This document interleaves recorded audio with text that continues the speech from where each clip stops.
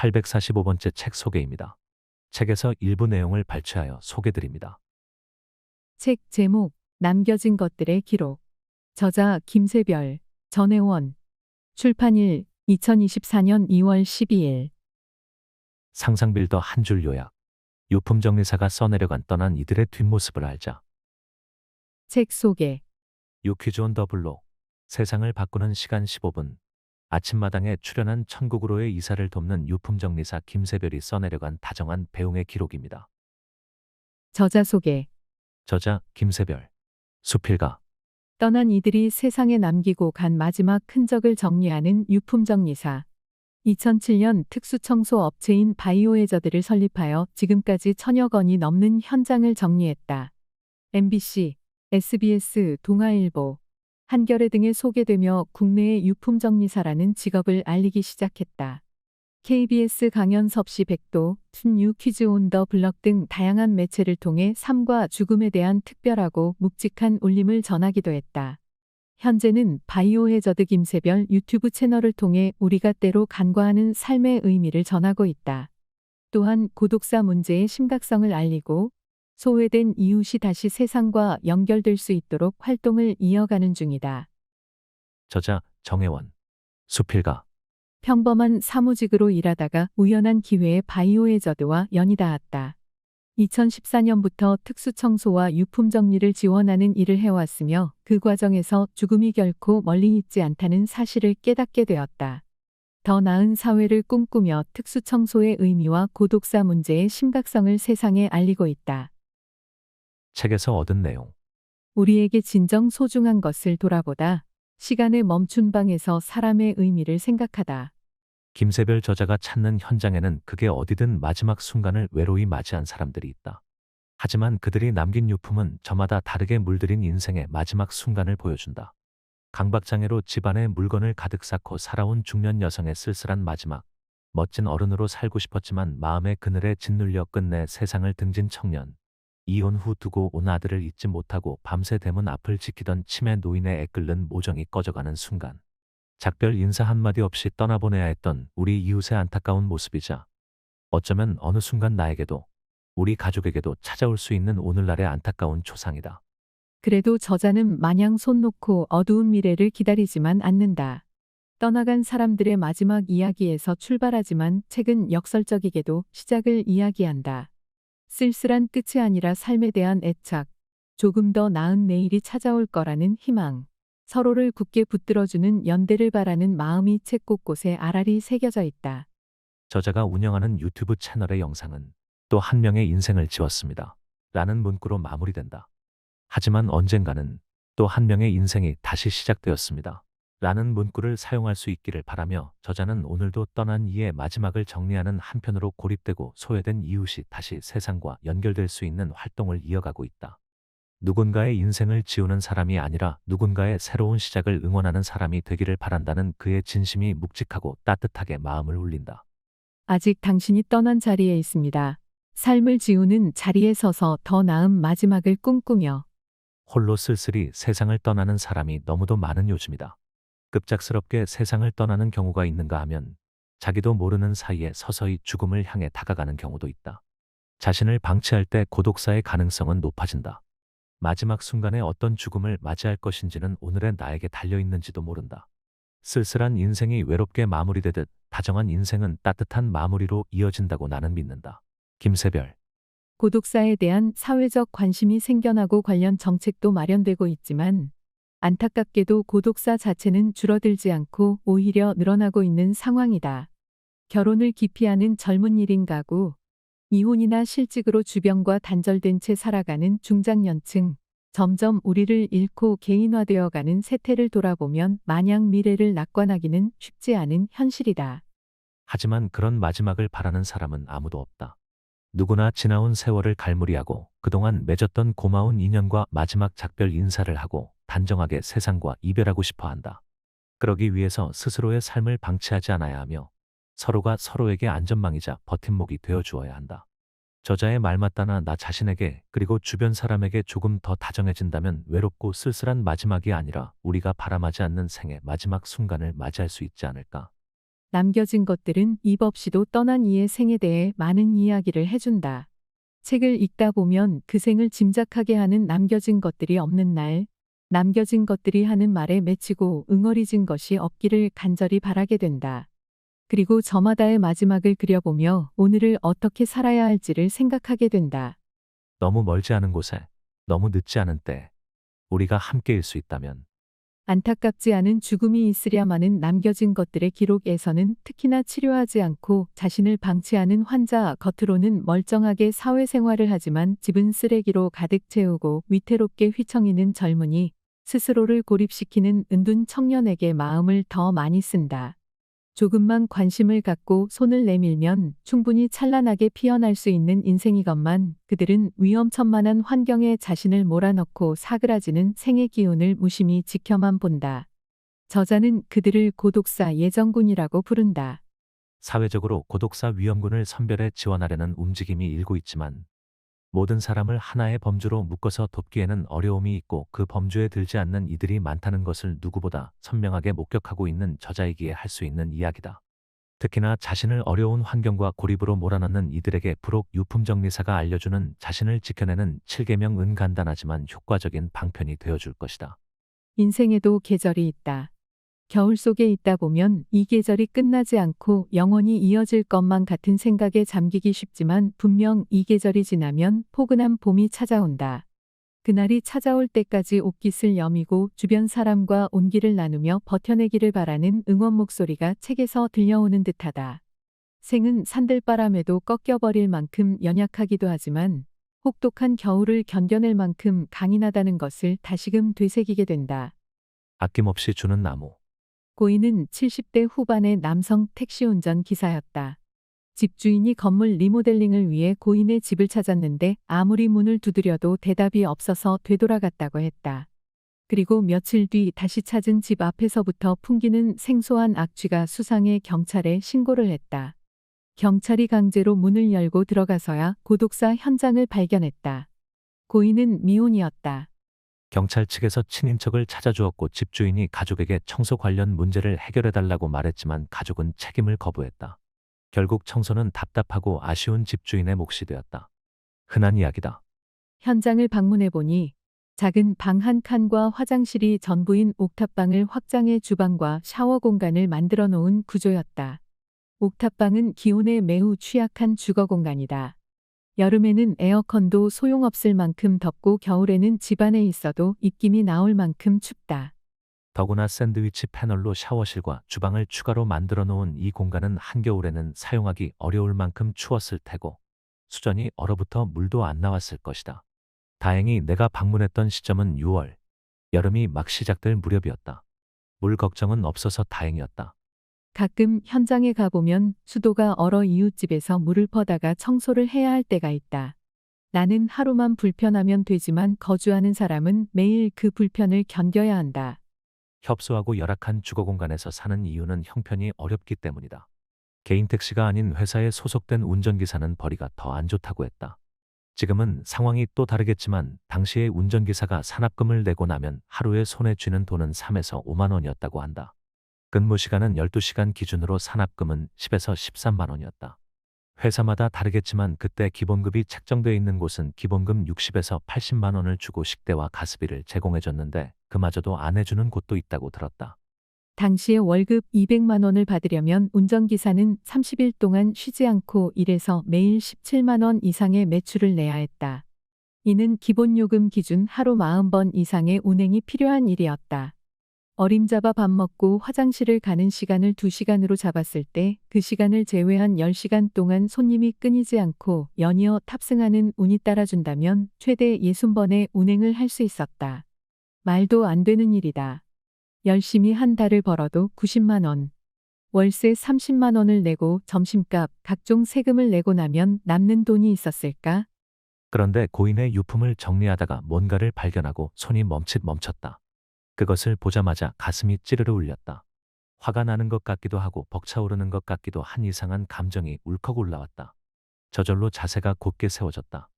우편 환송금 통화 등기였다. 봉투 안에는 간단한 편지도 함께 들어 있었다. 안녕하세요. 여러모로 어릴 적부터 항상 감사했습니다. 코로나가 끝나서 세상에 나갈 수 있게 되면 꼭 한번 보고 싶습니다. 그때까지 건강하시고 이번 여름 조금이라도 시원하게 나시라고 보냅니다. 감사합니다. 짧았지만 무거운 편지였다. 많은 것을 말해주는 편지였다. 우편 환송금 통화 등기는 계좌를 개설하지 않고 등기로 발송한 금액이 분실됐을 시 전액을 보상받을 수 있는 제도의 송금 등기다. 어릴 적부터 항상 감사했다고 했다. 고인이 살아생전에 누군가를 어릴 때부터 도왔다는 말이다. 도움을 받았던 어린아이가 은혜를 갚을 만큼 자라 청년이 되었다. 코로나가 끝나면 고인을 만나고자 했던 청년은 영영 그 바람을 이룰 수 없게 됐다. 허름한 옥탑방에서 살았던 고인의 형편은 어려웠다. 아무리 봐도 누군가를 도울 수 있는 상황이 아니었다. 간혹 예전에 크게 사업을 했다가 망해서 급격하게 형편이 어려운 집에 작업을 하러 갈 때가 있다. 이런 집은 그 특성상 사업했을 당시와 관련된 서류가 많거나 집에 어울리지 않는 가전제품과 가구가 보이곤 한다. 대부분은 잘 나갔던 시절에 대한 미련을 놓지 못하기 때문에 그 시절의 물건을 버리지 않는다. 하지만 이 고인의 집에는 그런 것이 전혀 없었다. 한때나마 풍족하게 살았던 흔적은 전혀 보이지 않았다. 흔한 벽걸이 에어컨도 없이 단출한 살림살이가 전부였던 고인은 적은 수입을 쪼개고 쪼개 가난한 어린아이를 도왔다. 계좌도 없이 우편환송금 제도를 이용해서 말이다. 고마움을 갚기 위해 청년이 고인을 찾았을 때 청년이 마주할 현실을 생각하자니 코끝이 찡해졌다. 자신이 너무 늦게 찾았다는 생각에 얼마나 가슴이 아플까. 조금만 더 일찍 만나서 얼굴을 보고 고마움을 전할 수 있었다면 하며 얼마나 후회할까. 왈칵 눈물이 쏟아질 것 같아 꾹꾹 눌러 참았다. 마음의 여유가 없어지면 우선하여 버리게 되는 게 양심과 동정이라고 했다. 누군들 안 그렇겠는가.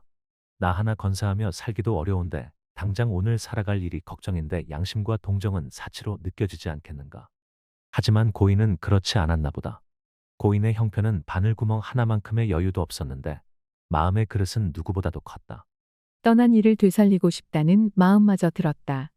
고독한 삶 속에서도 마음의 여유를 잃지 않는 방법을 아는 분이셨다. 그야말로 고목처럼 큰 어른이셨다. 세상이 영웅을 한 명 잃었다는 생각이 들었다. 아무에게도 알려지지 않은 숨은 영웅을. 그분의 자취를 보고 나니 다시 한번 초심을 다잡게 된다. 지상에서 누구보다 가난했지만 그곳에서는 따뜻한 날을 마음껏 누리시기를 바라며 그분의 마지막 이사를 마쳐드렸다. 살아있는 사람을 위한 일. 모든 사람에게는 존엄한 마지막을 맞이할 권리가 있다. 지나온 세월을 갈무리하고 그동안 맺었던 고마운 인연과 마지막 작별 인사를 하고 단정하게 세상과 이별하는 것. 모두가 바라마지 않는 마지막 모습일 것이다. 하지만 갈수록 개인화되는 세상에서 이 바람을 이루기란 점점 더 어려워지고 있다. 우리를 지우고 수많은 나만이 외롭게 존재하는 사회에서 고독사는 어쩌면 예정된 결말인지도 모른다. 물론 변화의 싹이 조금씩 보이고는 있다. 사회적 대책을 세우고 서로의 안전망이 되어주고 이제는 따로가 아닌 함께가 되어 마지막을 지켜주어야 한다는 시각의 변화가 눈에 보인다. 일례로 고독사 위험군이라는 단어는 특수청소 업계에서 예전부터 암암리에 사용됐는데 이제는 방송에서도 거리낌 없이 다뤄지니 그것만 해도 큰 변화다. 다만 많은 변화와 대책에도 불구하고 고독사를 예방할 수 있는 현실적인 대안은 마련되지 않은 상황이다. 아직 갈 길이 멀게만 느껴진다. 아내와 나는 고독사 현장을 정리하는 일을 10년 넘게 해오고 있다. 현장에 나가보면 고독사의 원인은 생각보다 다양하다. 수치화된 자료만으로는 알 수 없는 이야기가 현장에 가면 눈에 훤히 보인다. 지병으로 인한 병사, 자살, 실족사, 돌연사 등 죽음의 이유는 여러 가지다. 이 모든 사람을 고독사 위험군이라는 하나의 범주로 묶어서 도울 수 있을까? 고독사 현장인 30평대 브랜드 아파트에 갔을 때 그곳에는 고가의 가전제품과 취미용품이 가득했다. 고인의 쌓이는 병사였다. 간암 말기 진단을 받고 삶의 의지를 잃어 술로 생을 마감한 경우다. 치료를 받고 건강한 삶을 되찾을 수도 있었지만 스스로 의지를 놓아버린 것이다. 이런 경우라면 고독사 위험군에 포함되지 않아 도움을 받을 길이 없어진다. 이분은 이른바 고독사 예정군이었다.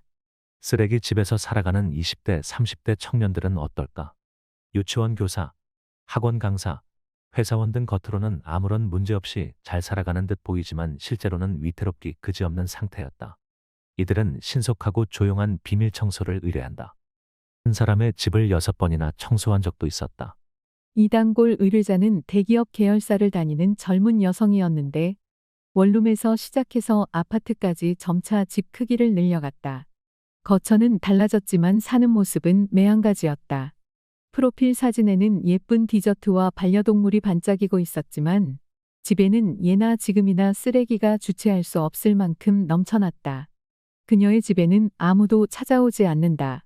그렇다면 주말이나 휴일, 휴가 기간에 사고가 나면 도와줄 사람이 아무도 없다는 뜻이다. 고독사 위험군이지만 현재 시행되는 발굴 방식으로는 찾아낼 수 없는 경우다. 그렇다면 어떻게 해야 할까? 예정군에 해당하는 사람에게는 조금 더 적극적으로 개입해서 생애 의지를 가질 수 있도록 돕는 방법이 필요하다.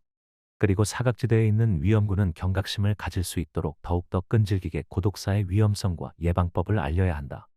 요즘 청년들이 보기 편한 방식을 찾아 스스로 위험군임을 자각할 수 있도록 도와야 한다. 상황을 인지하고 스스로 벽을 깨고 나올 수 있도록 안내해야 한다. 예전과는 달리 자살에 대한 캠페인이 방송에서 펼쳐지고 수많은 도움기관이 존재하는 것처럼 이제 고독사도 더 넓은 방식으로 더 깊게 알려야 하는 시점이 된 것이다. 고독사는 누구에게나, 심지어 나에게도 일어날 수 있는 최악의 마지막 순간이다. 그런 모습으로 세상과 이별하고 싶은 사람은 아무도 없을 것이다. 다만 자신도 그런 상황에 처할 수 있다고 깊이 생각해 볼 기회를 아직 만나지 못했을 뿐이다. 나의 직업은 죽은 사람의 집을 청소하는 일이지만 사실 내 모든 행위는 살아있는 사람을 향한다. 고독사를 다양한 방식으로 열심히 알리는 것, 그것이 내가 할 수 있는 최선이라는 생각이 다시금 든다. 지금껏 해온 일은 헛되지 않았다. 되도록 많은 사람이 고독한 죽음을 맞이하지 않기를, 그리고 떠난 이의 이야기가 남은 사람에게 너무 아프게 오래 머물지 않기를 바라는 마음으로 오늘도 현장으로 발걸음을 옮긴다. 유품정리사가 알려주는 자신을 지켜내는 7계명. 1. 작은 일이라도 오늘 해야 할 일을 적어놓고 미루지 마세요. 우울감이 채워지는 만큼 삶의 의지는 비워집니다.